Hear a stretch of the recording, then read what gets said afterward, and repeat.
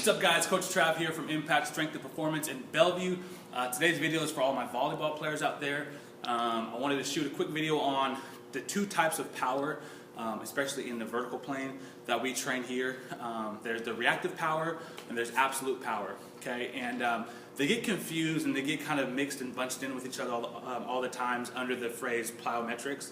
Plyometrics is reactive power, whereas jump training would be more of the absolute power side of things. So I'll kind of explain more about that. So reactive power, for instance. Reactive power is power that you use after a form of absorption, after a form of deceleration, after a form of stoppage, right? So what that would look like, this is one of my favorite drills for reactive power. So these bands right here are easy to get. Resistantbands.com, we have hundreds of these bands laying around our gym. These are the half-inch bands, and I highly recommend them, you guys. They're magic. You can use them for so many different things. Especially, I'll be showing so many different drills on these video series that's going to involve these, so I would highly recommend going out and getting these.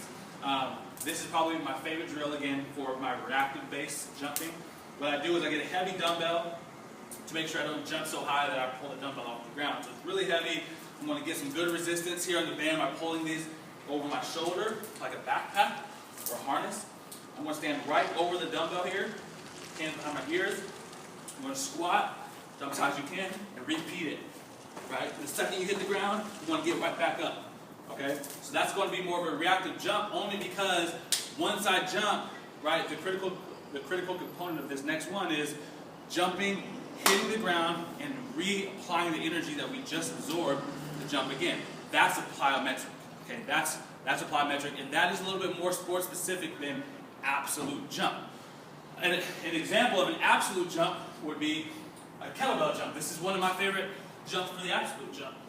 And the reason why an absolute jump is important is because, think of it like this: the better we get at our absolute or our maximum effort power, the higher our ceiling becomes, the higher our potential becomes, so that now that our reactive jumps, right, become more explosive per jump. Okay? So this is going to be our potential builder, and this is going to be our ability to repeat as high of a percentage of this jump here. So on this one, I want to get my mid-foot in line with the handle. If you guys don't have access to a kettlebell, which most of you will have access to a dumbbell, you can always use a dumbbell too. So I'll just show you with the dumbbell, because most people can get to a dumbbell. Okay, so we're here, standing over the dumbbell.